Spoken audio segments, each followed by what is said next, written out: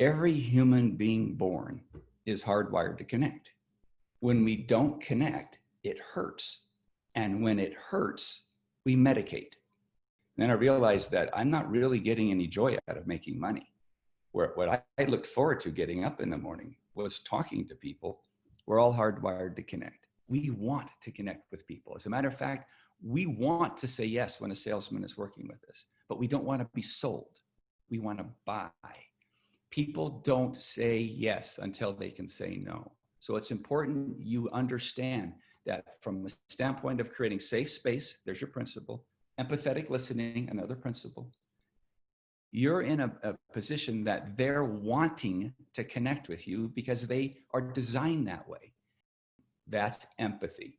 There is no bias in empathy. It isn't that you know what they're going through.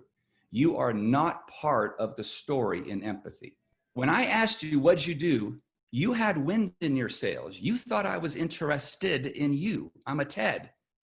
But what I really wanted to be was interesting, a ting. I wanted to talk about me. When you relate, you take away the attention from them. That's not empathetic listening. You just bias the conversation.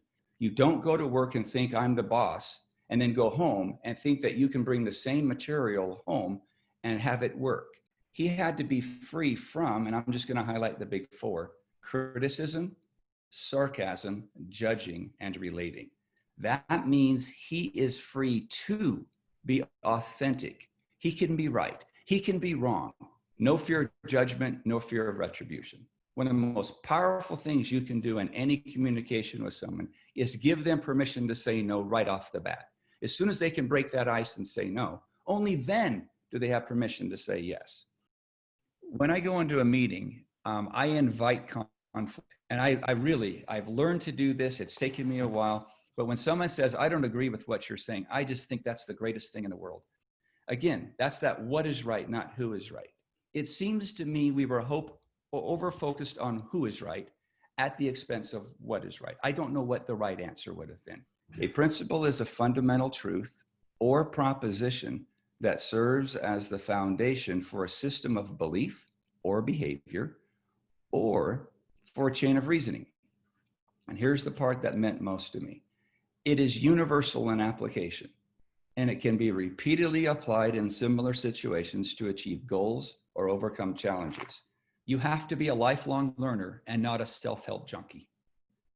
A self-help junkie learns to pat themselves on the back, to have a nice bookcase to show all these self-help books that they've read, and they also read to study so they can show that other people are maladaptive. A lifelong learner doesn't do that. A lifelong learner focuses on self, grows for self, and wants to be the best person they can be. So all of it's trainable. That's what emotional intelligence is all about.